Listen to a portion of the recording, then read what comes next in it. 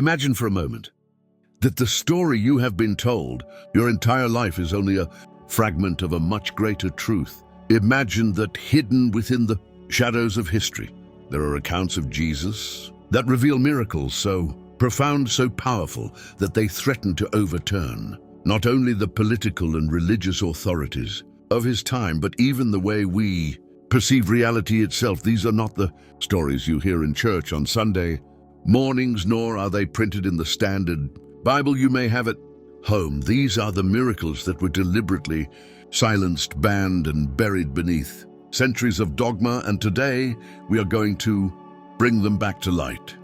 Pense carefully on this. If the church itself chose to erase certain writings, what does that tell us about the immense power contained within them? Why would spiritual truths, if they truly came from Jesus, be deemed too dangerous for ordinary believers to read? What kind of miracles did he perform that could threaten empires and shake the very foundations of established authority?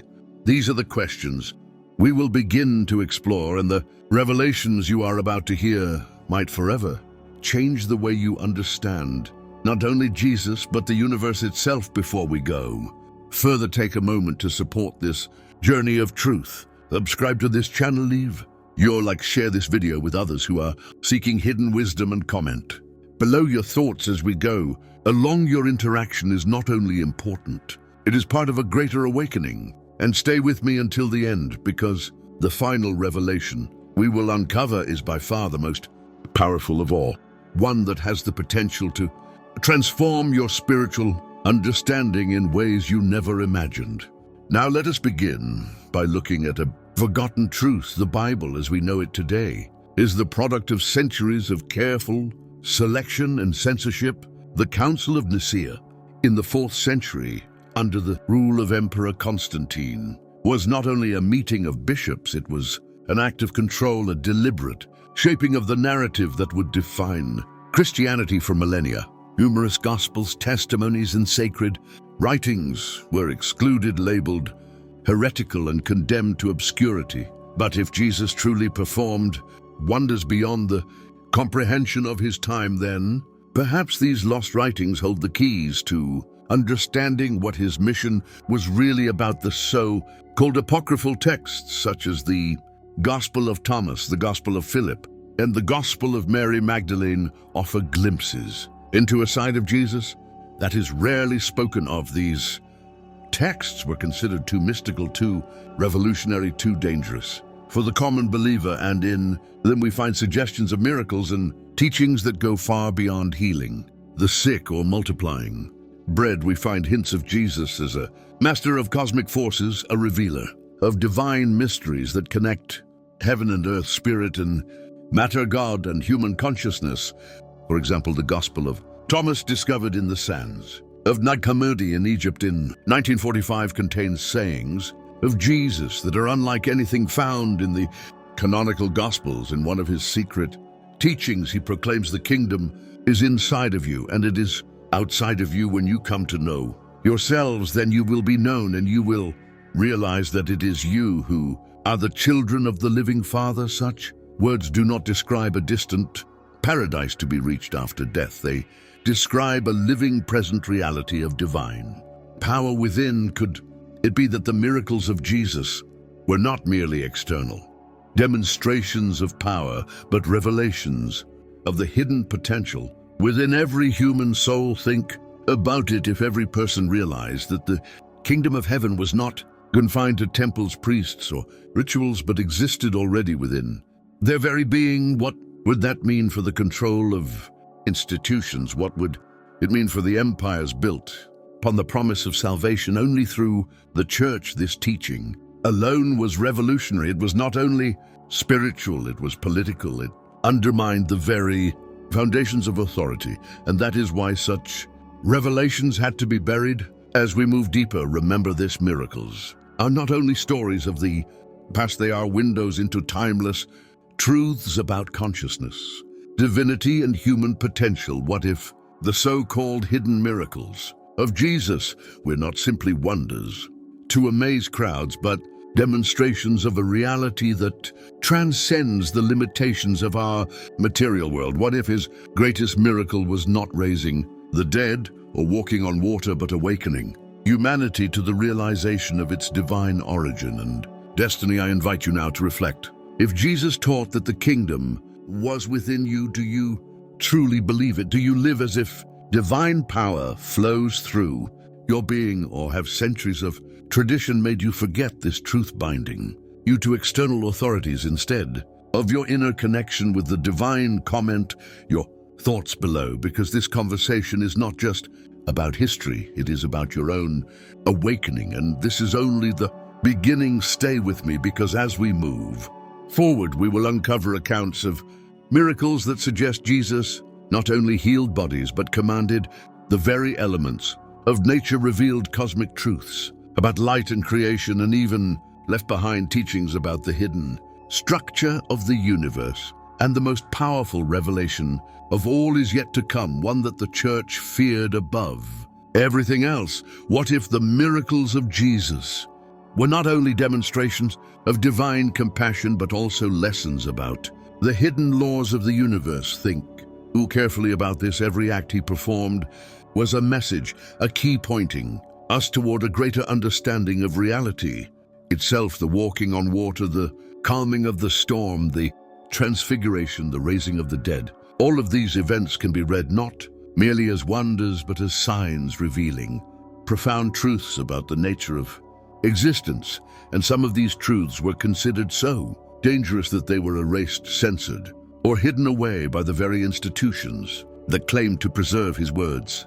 Let us take the example of the miracle at Cana, where Jesus turned water into wine. On the surface, it seems to be a simple act of kindness at a wedding feast, yet mystics and scholars have long suggested a deeper layer. Water represents the natural state of human consciousness, fluid but undefined, while wine represents transformation, the elevation of spirit, the unlocking of hidden potential. Could it be that this miracle was not only about celebration, but a symbolic demonstration of the alchemy of the soul, the transformation of the ordinary into the extraordinary? If this is true, then Jesus was teaching that every human being carries within them the potential to be transfigured, to awaken, to embody divine essence. Now let us move to something even more controversial. Several apocryphal texts describe Jesus as having knowledge of hidden energies, sometimes described as light, sometimes as spirit, sometimes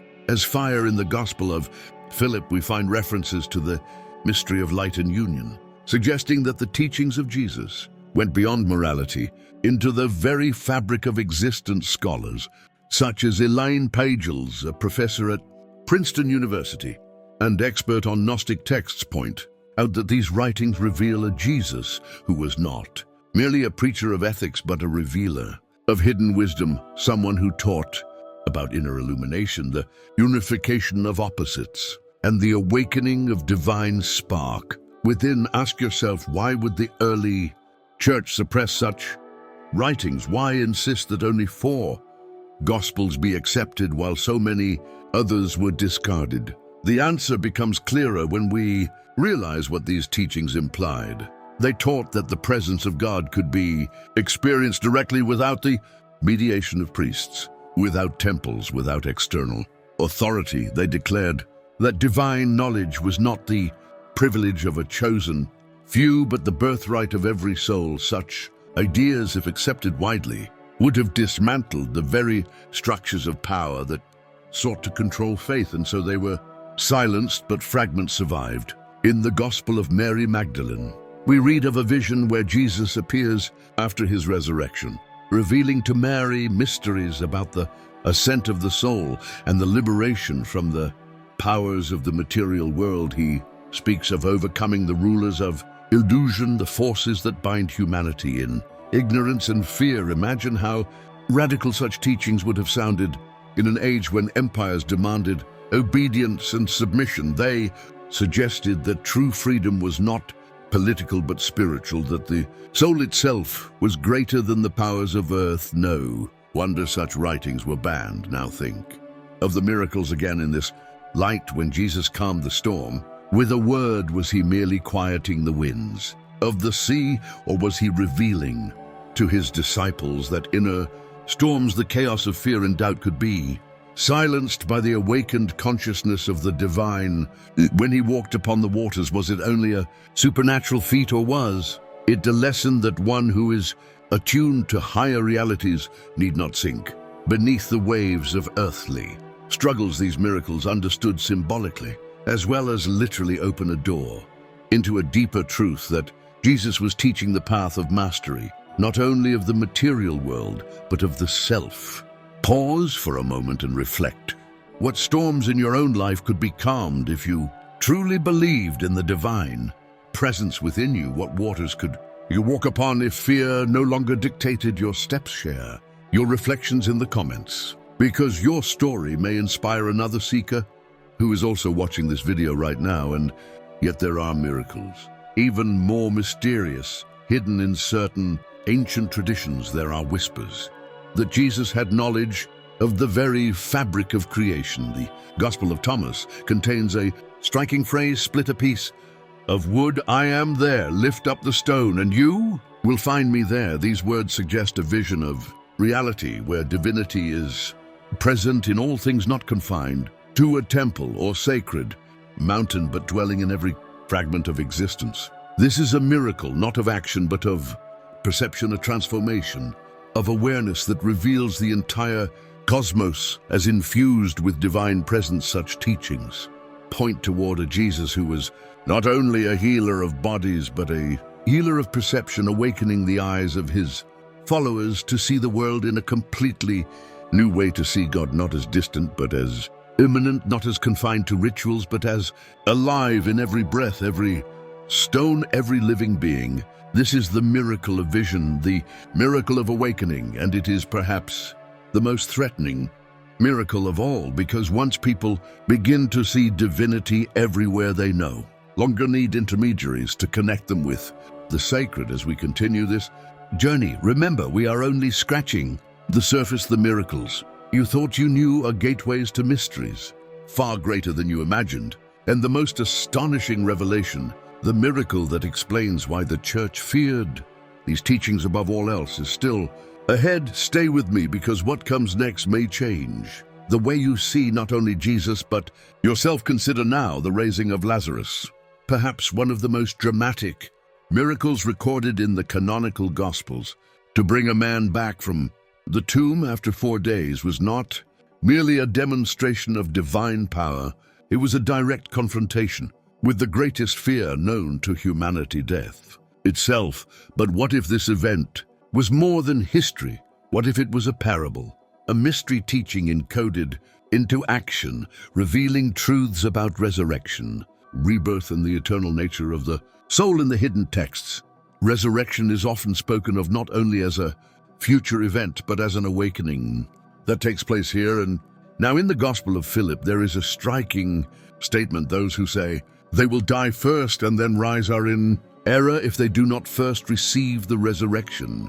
While they live, when they die, they will receive nothing. These words suggest that resurrection is not only about the body, but about the soul awakening to divine reality while still in this world. Could it be that the raising of Lazarus was not simply about bringing a man back to physical life, but about showing that the soul can rise above the prison of ignorance, fear, and spiritual death? If this is true, then the miracle of Lazarus becomes not a distant story, but a call to every one of us. It is an invitation to awaken now, to rise from our own tombs of despair, conformity, and spiritual blindness. And this teaching of resurrection as present awakening was deeply dangerous to the early authorities, because a soul that has awakened cannot be controlled. A person who has already tasted eternal life has no fear of tyrants, no fear of empires, no fear of death itself. This was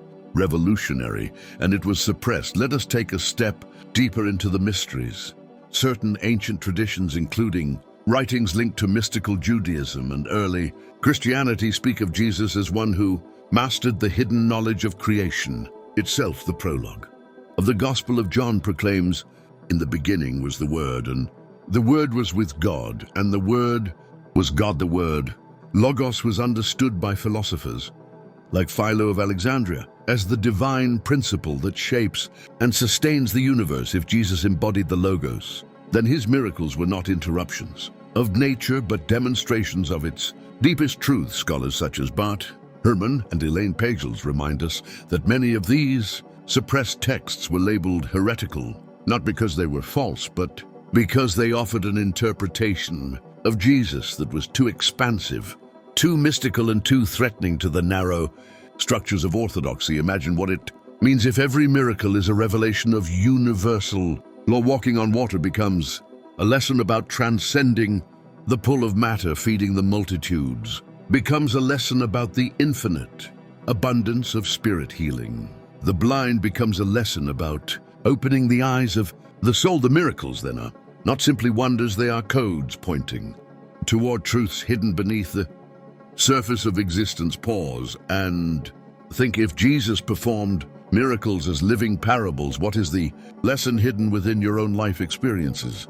Have you ever considered that the struggles you face may carry a symbolic meaning, an invitation to awaken? Reflect on this and share your insights in the comments, because the act of reflection itself is part of the journey of resurrection. There is another suppressed dimension of Jesus' life that connects deeply with the idea of miracles: his relationship with Mary Magdalene. In texts such as the Gospel of Mary, we see her not as a marginal figure, but as one who received secret teachings directly from him. She's portrayed as a disciple who understood his words more deeply than the others, even more than Peter.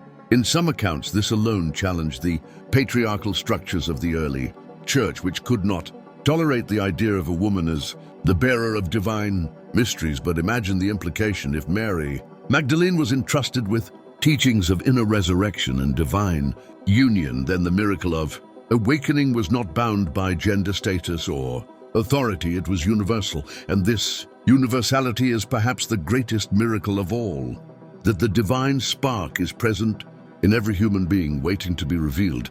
At this point, you may already feel a stirring within, as if these hidden accounts resonate with something long forgotten in your own heart. That is because these miracles are not only about Jesus, they are about us. They are mirrors reminding us of our true origin, our true destiny, and the powers that lie dormant within us. And yet there is more among the fragments discovered at Nag Hammadi. There are passages that suggest Jesus not only spoke of inner resurrection, but of cosmic realities, dimensions of existence beyond what the senses perceive. He is portrayed as one who knew the mysteries of light, sound, and creation itself, mysteries that align with ancient traditions of sacred knowledge found in Egypt, Mesopotamia, and even India. Scholars such as Rudolf Steiner and contemporary researchers of comparative religion point out striking parallels between the hidden sayings of Jesus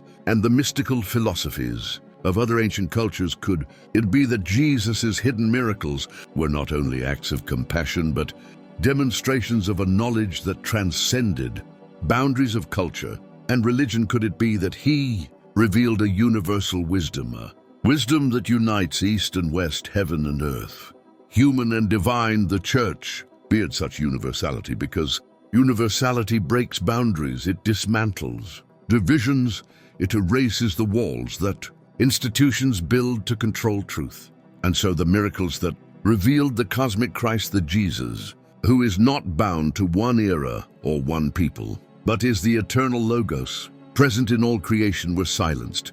But today the silence is breaking. We are rediscovering these banned accounts, and with them a vision of Jesus that is far greater, far more mysterious, and far more empowering than the narrow versions handed down by centuries of censorship. Stay with me, because in the final part we will uncover the most powerful hidden miracle of all, the one that the church feared above every other, the one that has the power to change how you see not only Jesus, but your own divine nature.